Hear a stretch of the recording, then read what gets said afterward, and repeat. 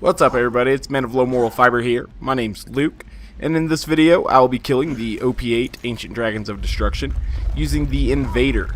The Invader is a legendary Hyperion sniper rifle, and it's an allusion to a weapon from the first Borderlands of the same name and gimmick. The gimmick being burst fire when you're scoped in. Now, the Invader has a really low fire rate when out of scope. However, when you're aimed down sights, it can fire very quickly, in fact, and it shoots off 5 rounds very quickly and laser accurately. It's very easy to get critical hits with the Invader, and it can fire out its entire magazine, which right now for me is 25 after my modifiers. Sometimes I have a chaotic neutral rogue comm, which pushes it a little bit higher, but right now I'm using a disturbed survivor comm in combination with a white turtle shield for survivability. The turtle shield is going to make me invulnerable to fire damage since it is an inflammable turtle shield. However, I still have to watch out for corrosive damage over time. So there's 25 in the mag, like I said, which allows me for 5-round burst. And you can pretty easily land all 25 of those shots on target sometimes if a dragon is behaving for you. For example, when Helion holds its head still, for example. Obviously I had to reload there, but I was still able to get, I think, that entire magazine, or at least close to that entire magazine, on target.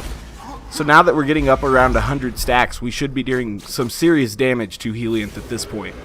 The Invader has a relatively low base damage, especially among other legendary sniper rifles. However, it is very good at stacking and using critical ascension. Now here, Brood really slows this kill down by disappearing or not disappearing, but hiding half of herself underneath the stage. The part I need, in fact, which is her head, her critical spot. And so I'm going to have to try to get some critical hits off boost in the air in order to maintain my critical ascension stacks, so I'll still have some when we're able to bring down Brood again, and then I'll attempt to kill Brood on its second landing. This was really unfortunate and definitely made the kill take a lot longer. However, I was prepared for it. I know these kind of things happen during the Dragons fight, and so I was able to get through it. Go ahead and bring down Brood again, and this time we'll try to get the kill on it. It's important to get Slag and Kunai when it's available, because those will be major boosts to your damage. Got Brood about halfway down now, and that's pretty good. If we go down, we will have to get a second wind off one of the little dragons, which is a good thing that she spit all those little dragons out, because I did catch this corrosive damage over time here. I'll go ahead and get a second wind off that little dragon. So we're going to have to go for a third landing on Brood now, which is pretty bad. Brood's definitely the easiest of all the dragons to kill. And I don't think I've ever had really a successful run where Brood took that many landings. However, this one it did, partially because I was using the Invader, which is good, but not optimal. And more so because it glitched the first landing. Probably would have killed it definitely I think would have killed it that first landing if not for the silliness that occurred. So now I'm going to need to get a second wind, and I'll go ahead and just use a longbow for a second wind. It's not an Invader, but it's still Hyperion, so I hope you guys aren't too offended by me using the longbow to gain a second wind off the little dragons a couple times. The Invader is really pitiful in Fight for Your Life because it has such a low fire rate and low base damage, and you can't activate its burst fire effect because you can't aim down sight, obviously. Now what I want to do here is definitely kill Boost in one landing because I don't want it to level up Incinerator for a second time. So I'm going to do my best to do that. Unfortunately, Boost does go ahead and take off before I am able to finish her off here. However, I'm still confident that I will be able to kill Boost before it levels up Incinerator for a second time. Or, you know, I was when I was performing this kill. Obviously, I knew that I was only going to need a couple bursts to finish it off. And it takes Boost rather just a second or so to actually level up Incinerator. And so, or any other dragon. And so I was pretty happy that I was able to go ahead and kill it before that occurred. Because it definitely would have made killing Incinerator even that much harder.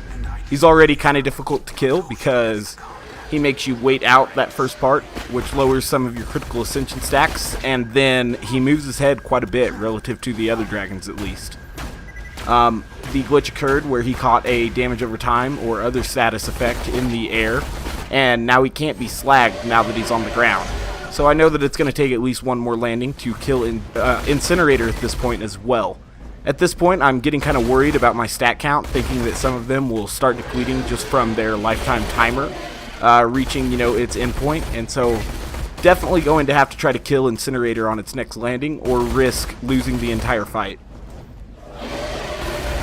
Try to get critical hits while it's still in the air to try to maintain those a little bit, and I got one more critical hit right before it closed its wings, which will maintain my stat count at least temporarily while his fire dance occurs. Now that his fire dance is over, I will get slag on him using the Pimpernel, considering I'm out of slag grenades there.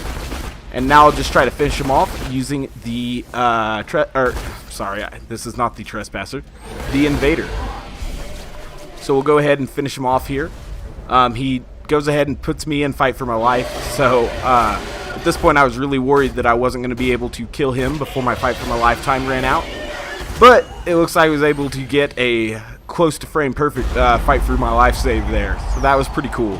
Definitely wasn't interested in doing this another time. This wasn't a very good run or anything, but it ended up working out pretty well.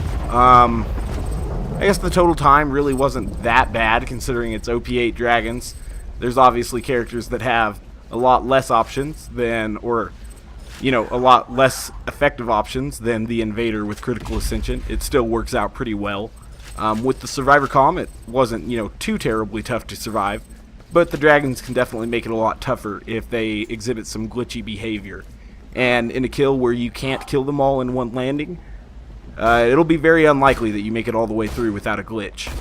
So I'll go ahead and show you the gear and skill build I used for this fight. I do thank you guys very much for watching. I very much appreciate that. If you haven't yet, please take the time to subscribe. I'd appreciate that as well. Otherwise, I thank you guys very much for watching once more, and I hope to catch you next time. Bye, guys.